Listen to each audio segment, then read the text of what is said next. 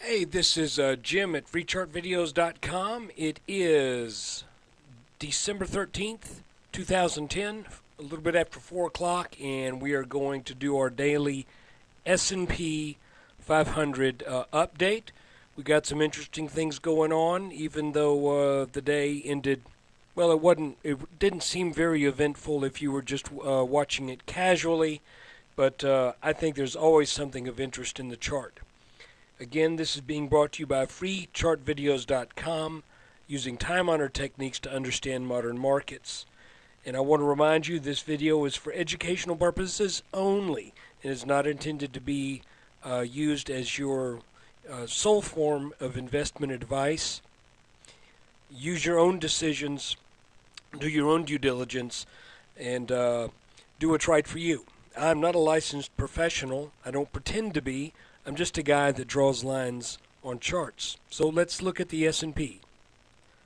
Okay, here is a 5-minute chart that looks at the last 1, 2, 3, 4, well, about the last 5 days and a fraction. On the chart, this is all of, well, here, let's just go ahead and make it to where we see all of last week and today. You can see that I pointed out back, I think it was probably on Friday, or actually it was on the 9th after the close. I said, it looks like we may be forming a very small inverse head and shoulders of the consolidation variety here. And on Friday, that did break out over this neckline. Today, the move continued. However, we never really had a pullback to this, and it looks like the market right now wants to pull back. And the markets are often conflicted between bears and bulls, selling and buying, and who's in where, what, why, when, and how. And that's why sometimes we get different trend lines that overlap and intersect and do all kinds of crazy things. Keep in mind, too, that this is an index. So as the individual sectors trade and the individual stocks within those sectors trade, you can have some really interesting interplay taking place. But anyway, our target from this small inverse head and shoulders is still a little over 1248. We did not make that today.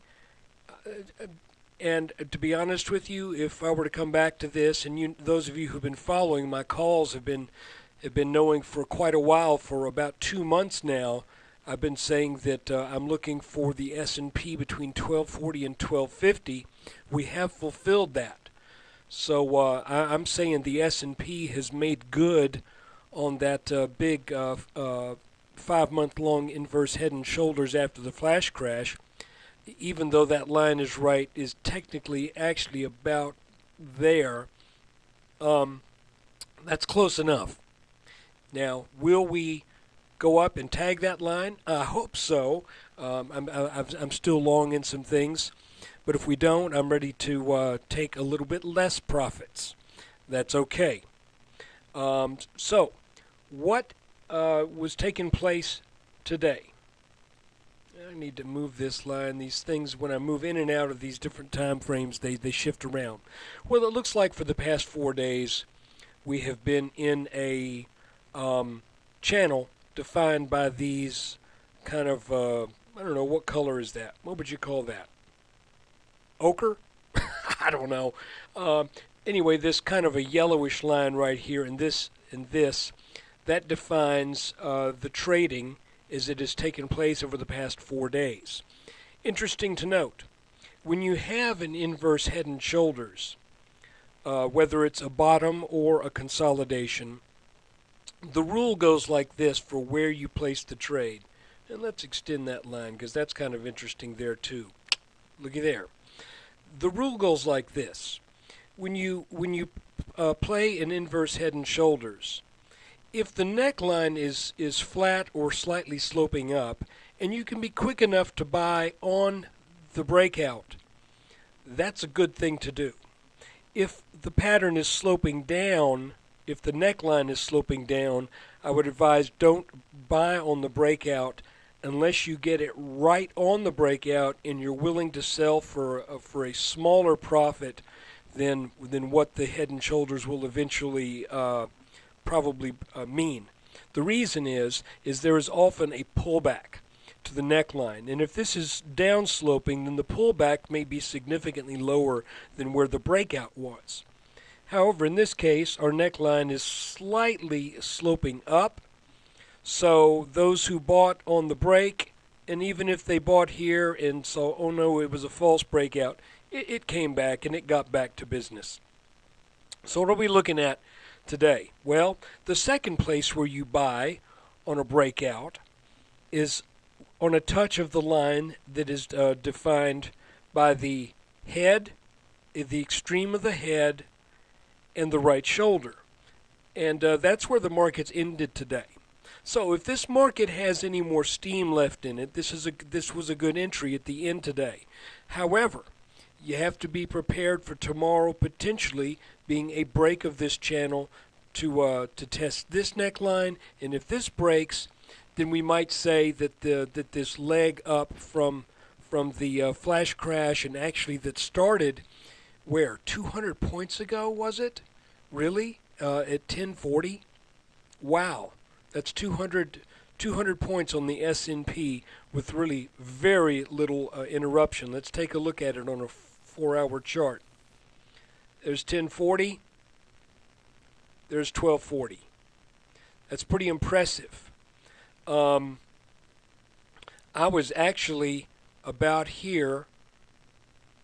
As soon as we broke out over this line, I did this measurement, and I thought to myself, and I've also told some other people in some forums, and when I started posting back in mid-October, a little bit earlier than that this market looks like it wants to go to 1240 to 1250. Now, I want to back out just for a second and show you the big picture that is larger than what we've been talking about here. And that is, we've got this really big inverse head and shoulders down here that broke out. A year later, tested the neckline, and that would have been the bottom of the head of this inverse head and shoulders here. Now, we have broken out of this, but we still have not met the target from this pattern, which tells me that I don't think we're necessarily going to go there straight away, but it tells me this market, in the general sense, is a for real bull market, and we're going to go higher. I don't mean to tell you that we're going to go straight higher. We may sell off 6, 7, 8% before we resume, or this market could just blast on up. I can't tell you that. All I can tell you is this says in some pathway, in some method, this market goes to 1350 approximately as a minimum. And I want to look at one more thing now. I noticed something really kind of interesting going on here, and I want to show this to you. After we had this really large inverse head and shoulders, the S&P started into a channel, started heading up, and I never used the very bottom here to draw my channel line. I never did. I always went with this. I kind of discounted this panic bottom that took place here. So I had a channel that looked like this that I used throughout all of this rally off of that bottom. That's approximately the channel, but this is what I want to show you. Inverse head and shoulders, channel, not quite hitting the top, then it broke down, right? Now what's happened since then? We've started to go back up pretty much along the same trajectory, but just shifted down. Okay? Remember that. Inverse head and shoulders, rally, consolidation, resume heading up. Remember that. Okay, here's the inverse head and shoulders that formed after the flash crash. I never used the extreme bottoms for the channel. I always started here. And look, you got this nice channel that happened, right? And what happened?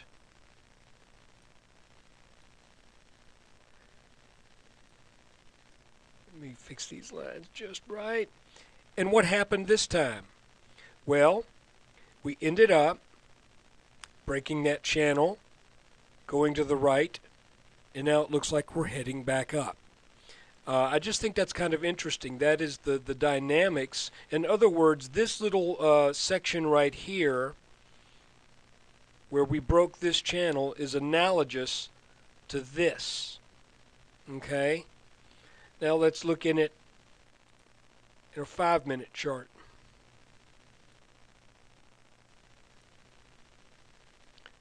This is just interesting, and I appreciate you bearing with me here. Another little head and shoulders, much smaller than any of the other ones. And now it looks like this channel does include this. And what I'm wondering is, it's possible that if we come back out of this and break down out of this channel to test this neckline, there's a decent possibility that that could be setting up that final move for that 1250 target. So anyway, I just thought I'd share that with you. I hope you get something out of these videos, and I would appreciate it when you get a chance to come visit at freechartvideos.com. And please take a little time, visit the forum, and consider signing up for that, because we've had some pretty good topics going on. Those who visited there a couple days ago saw that that I gave a heads up on a stock, a PZG, when it was in the $1.90 range, and it also did a midday breakout video on it when it was what, 212, something like that, and top 3 today. So I'm not saying every time I mention something it's going to go crazy, because I've gotten excited about plenty of stocks that did not fulfill that, but I'm trying to be very selective in that way. So come visit freechartvideos.com, join the forum, and hope to see you there. Thanks.